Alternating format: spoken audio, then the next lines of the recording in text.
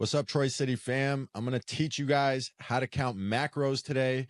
And if you are stuck in a plateau, if you feel like you have been gaining and losing the same 5 pounds, you don't know why, macro counting could be really good for you to help you break out of a plateau. I also love it as an educational tool because this is going to teach us how to track our foods more efficiently. It's going to teach us which foods are high in fat, which foods are high in protein, which foods are high in carbs. And then also it's going to give you a much better idea of your portion sizing. Some of us think that we know what 4 ounces of chicken or 1 cup of blueberries look like, but actually, if you measure it out, you're way off. And that can lead to really inconsistent results, right? So you don't have to do this forever, but if you do this for a couple months, you're going to learn a lot. You're going to break out of that plateau, and then you could get back to more intuitive eating. So let's get into it. First of all, what is a macronutrient? A macronutrient could only be one of three things. It's either a protein, a carb, or a fat. And every single food that you eat, it consists of proteins, carbs, or fats. 1 gram of protein is 4 calories. 1 gram of carbs is 4 calories. And 1 gram of fat is 9 calories.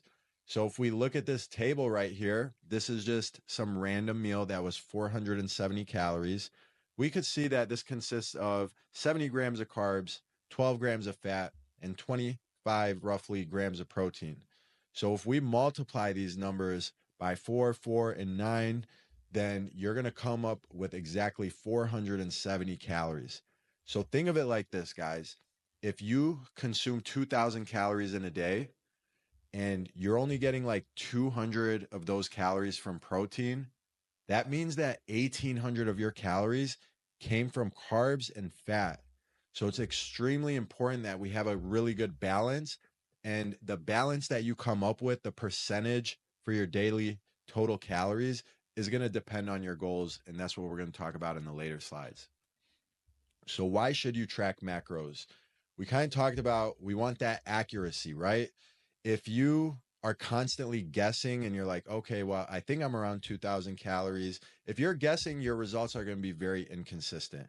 Now, if you're tracking and you're measuring things really accurate, you're doing things all the right way, then your results are also going to be consistent. So weight maintenance simply means that the calories that you're putting in equal the calories that are coming out, what you're burning. Now, if we want to lose weight, that means that the calories in have to be much smaller than the calories out. You have to be burning more calories than what you're taking in every day. And simply, if you want to gain weight, then that means you have to intake more calories than what your body is burning on a daily basis. So knowing what your maintenance macros are is extremely important because then you could decide how much to remove or how much to add for your specific goals. So the next few slides, I'm going to explain to you guys the roles that protein, fat, and carbs have specifically, and then we'll talk about how to come up with your own macros.